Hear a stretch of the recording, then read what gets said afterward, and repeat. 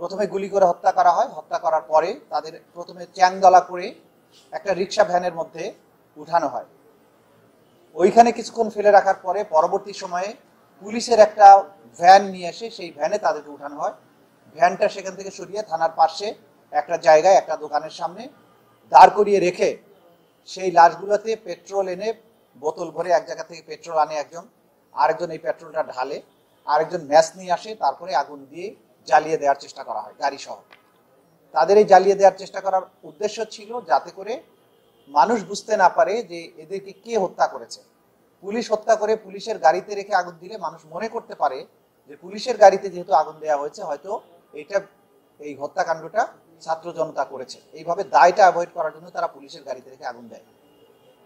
আমাদের তদন্ত সংস্থা এই ব্যাপারে ডিটেইল তদন্ত করে এবং তদন্ত পরে যেটা পাওয়া যায় যে এই ঘটনার সময়ে গুলি বর্ষণের সাথে ঢাকা 19 আসনের সেই সময় যে এমপি ছিল সাইফুল ইসলাম, সে নিজ হাতে অস্ত্র নিয়ে গুলি বর্ষণ করেছে পুলিশের পাশাপাশি ছাত্রলীগকে নিয়ে।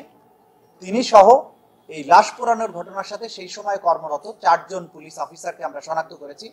এই 4 জন আর সাইফুল ইসলাম ঢাকা 19-এর এমপি সেই সময়ের, তার বিরুদ্ধে আমরা গ্রেপ্তারি পরোয়ানা জারির জন্য আবেদন করেছিলাম। আদালত গ্রেপ্তারি পরোয়ানা জারি করেছেন আজকে, বলেছেন ইমিডিয়েটলি তাদেরকে অ্যারেস্ট করে আদালতে সোপর্দ করার জন্য, এবং এই গ্রেপ্তার করা মাত্র তাদেরকে আদালতের কাছে সোপর্দ করতে হবে এবং পরবর্তী 26শে জানুয়ারিতে এই মামলার জন্য পরবর্তী তারিখ নির্ধারণ করা হয়েছে।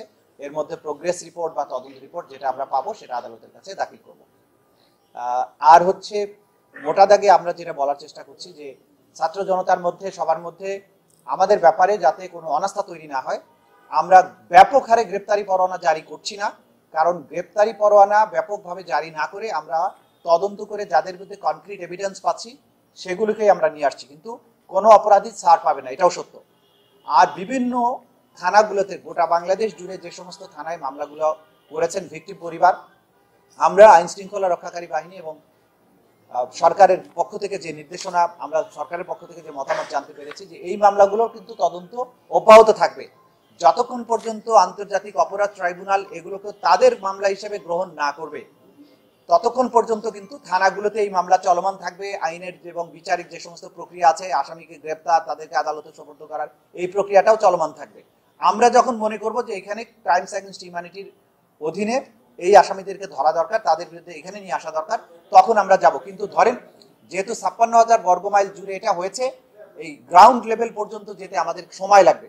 আমরা বারবারই যেটা বলার চেষ্টা করেছি, যারা অপরাধের একদম মাস্টার মাইন্ড ছিলেন, একদম টপে যারা আছেন, তাদেরগুলোকে আমরা আগে নিয়ে আসছি, ক্রমান্বয়ে আমরা নিচের দিকে যাব।